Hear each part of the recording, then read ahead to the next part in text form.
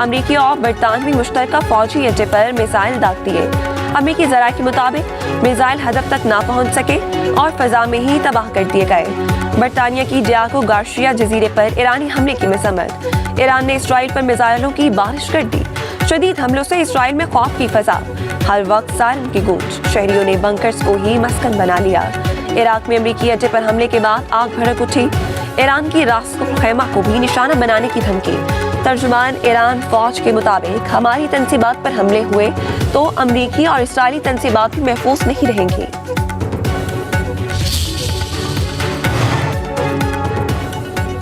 ایران نے Diego Garcia پر حملے کی تردید کر دی۔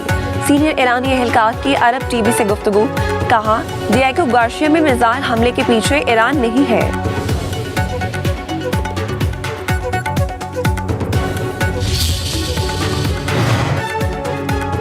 ٹرمپ کے شکوے کام کر گئے، برطانیہ کا یو ٹرن۔ امریکہ کو ایران پر حملوں کے لیے اڈے دینے کی منظوری دے دی۔ برطانوی وزیر اعظم کے مطابق برطانوی اڈوں کو ابنائے ہرمز میں بحری جہازوں کی حفاظت کے لیے استعمال کیا جا سکتا ہے۔ برطانیہ اب بھی براہ راست حملوں میں شامل نہیں ہوگا۔ تصادم کے بارے میں برطانیہ کا نقطہ نظر نہیں بدلا۔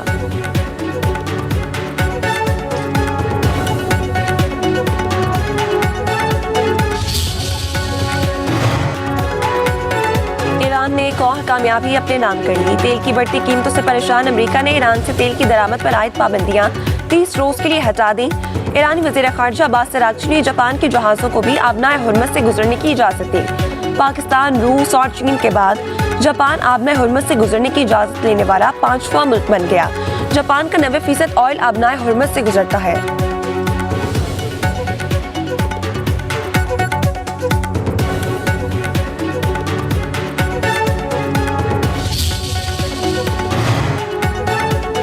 G7 ممالک عالمی توانائی کی فراہمی کی تحفظ کے لیے کارروائی پر تیار۔ آبنائے ہرمز کی سیکیورٹی یقینی بنانے کا اعادہ۔ ایران سے حملے فوری اور غیر مشروع طور پر روکنے کا مطالبہ۔ مشترکہ بیان میں کہا، ایران اور اس کے اتحادی گروپوں کے بلا جواز حملوں کی مذمت کرتے ہیں۔ شہریوں اور توانائی انفراسٹرکچر پر حملے انتہائی غیر ذمہ دارانہ ہے۔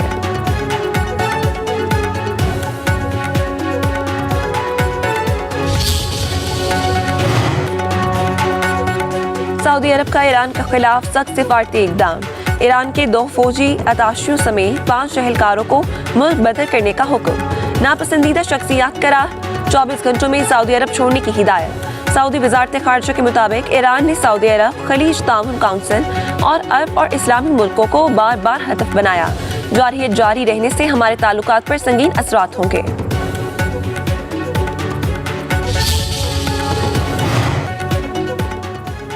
تمام مسلمان ممالک ہمارے بھائی ہیں، ہمارا آپ سے کوئی تنازع نہیں۔ ایرانی صدر مسعود پزشکیان کو عید پر خلیجی ممالک کو پیغام، کہا ہمارے اختلاف سے صہیونی دشمن کو فائدہ پہنچ رہا ہے۔ اللہ سے دعا ہے کہ عید الفطر ہمیں متحد رہنے کی طاقت دے۔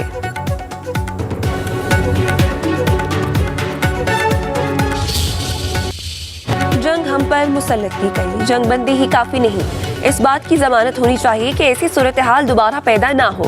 مذاکرات کے دوران ہم پر حملہ کیا گیا۔ ایرانی وزیر خارجہ عباس اراغچی کا کہنا ہے، ہم دفاعی اقدامات کر رہے ہیں، جب تک ضروری ہوگا اپنی حفاظت جاری رکھیں گے۔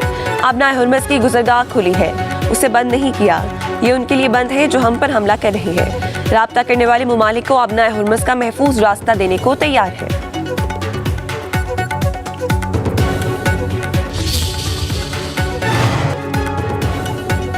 روس نے ایران کی بلا مشروط حمایت کا اعلان کر دیا۔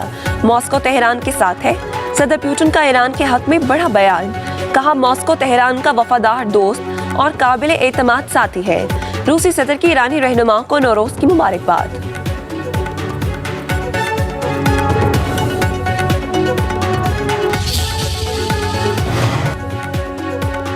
متحدہ عرب امارات نے مزید 3 بیلسٹک میزائل اور 8 ڈرونز فضا میں تباہ کر دیے۔ اماراتی وزارت دفاع کے مطابق اب تک 341 بیلسٹک میزائل تباہ کر چکے، 15 کروز میزائل اور 1748 ڈرونز بھی تباہ کیے۔ ایرانی حملوں میں 2 فوجی اور 6 غیر ملکی شہری جاں بحق ہوئے۔ ایران جنگ میں امریکہ کو بھاری مالی نقصان کا سامنا۔ امریکہ کے زیر استعمال اڈوں پر ایرانی حملوں سے $800 ملین کے نقصان کا انکشاف۔ رپورٹ کے مطابق زیادہ نقصان جنگ کے پہلے ہفتے میں ایران کے ابتدائی جوابی حملوں میں ہوا۔ ایران کے حملوں میں اردن، متحدہ عرب امارات اور مشرق وسطی کے دیگر ممالک میں امریکی فضائی دفاع اور سیٹلائٹ مواصلاتی نظام کو نشانہ بنایا گیا۔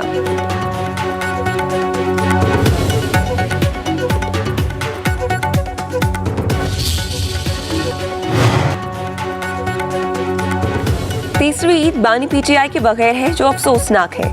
چیئرمین تحریک انصاف بیرسٹر گوہر کا کہنا ہے عید کے بعد تحریک میں تیزی لائی جائے گی۔ تحریک تحفظ آئین پاکستان اور اپوزیشن جماعتیں کام کر رہی ہیں۔ بانی پی ٹی آئی نے وزیر اعلیٰ خیبر پختونخوا سہیل آفریدی کو ذمہ داری دے دی۔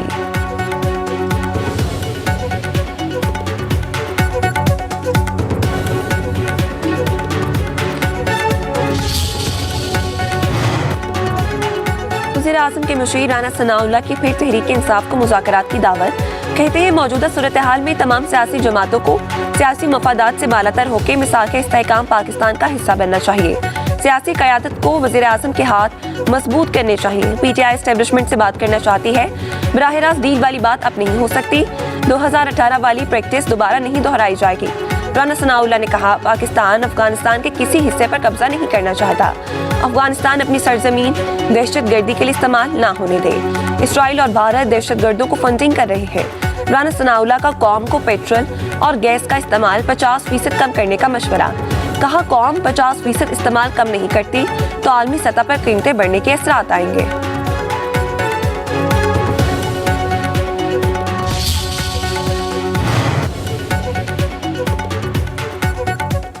وزیر دفاع خواجہ آصف کا کہنا ہے دہشت گردی کی پشت پناہی کرنے والی افغان حکومت کے ساتھ عید کے موقع پر سیز فائر ہے۔ دہشت گردی مکمل طور پر ختم ہونے تک جنگ جاری رہے گی۔ خواجہ آصف نے مزید کہا عید کے موقع پر ہمیں اپنے شہداء کو یاد رکھنا چاہیے۔